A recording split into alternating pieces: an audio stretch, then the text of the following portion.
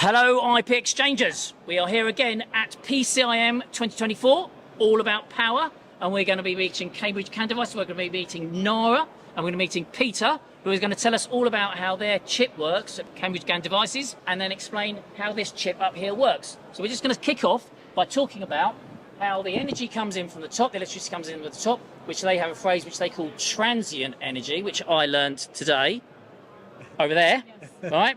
And then how it efficiently goes through the system, which they're going to explain to you how and why they do that efficiency. And then 99% of that power then comes out the other end of the chip. So, Nara, explain to me the concept of how transient energy comes in and why that creates a complication for design engineers managing power. First of all, I'd say it's transient voltage, dynamic transient voltage. It's quite common to come onto the gate terminal of your device. And what Cambridge GaN Devices does very well that discrete GaN devices cannot do is it can withstand much higher transient voltages on the gate, similar to silicon and silicon carbide MOSFETs and IGBTs.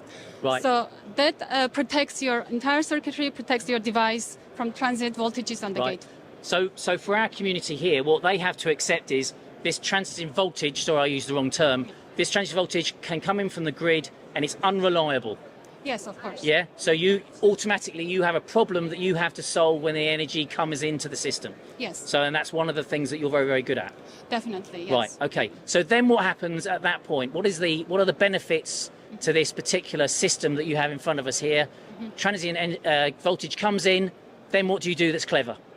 So this is a switch, basically gallium nitride power transistor, and this switch transfers the energy, can be from AC to DC, can be DC boost or buck converters.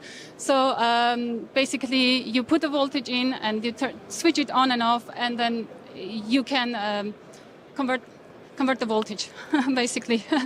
As I said, AC to DC. The difference between CGD products to competitors is you can drive our product like a MOSFET.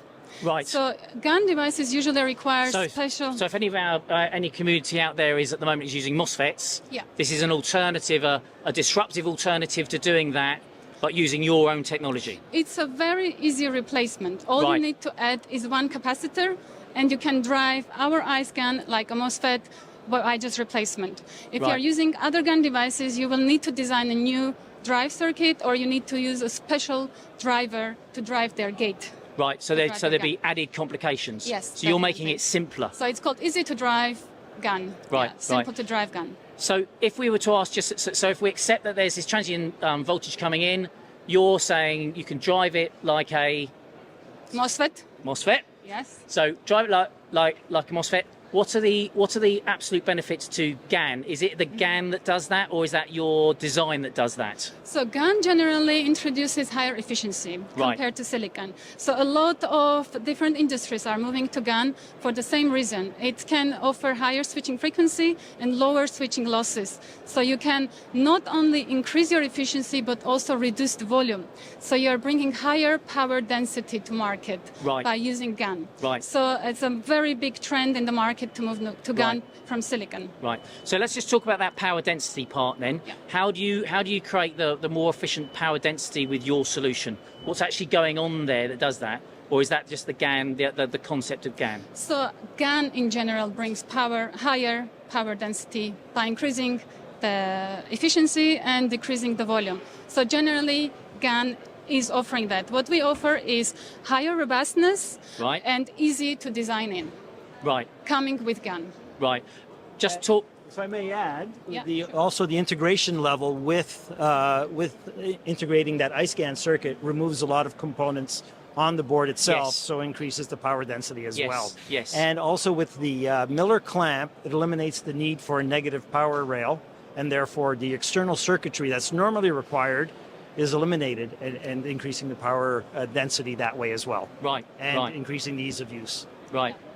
So then once the voltage is being converted through the system, you're going to get 99% of the voltage back out and converted. So it's very efficient, but you'd expect that anyway. So that's, in summary, what Cambridge GaN Devices supplies. It's a very simplified way to say the voltage gets converted, the energy gets converted, so you get higher efficiency. higher efficiency. Yeah, so right. you're getting higher efficiency by using GaN, and CGD brings additional benefits, and we don't have reverse recovery charge, for example, and there is no reverse conduction losses, again, because the way iScan is driven. So it's a lot more complicated than just a 6-minute interview, I of think course. no one can describe, and we're not trying to Yeah. set out to do a PhD white paper on. We're not trying to set because I'm involved, so it can't be that good.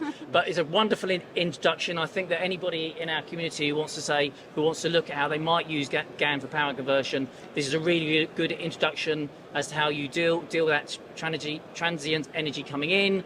Transient voltage coming in, how you then use it efficiently, using less components, to your point, Peter, to give then the output that you need. Thank you very much. Thank you very much. Hey, yo, where my engineers at?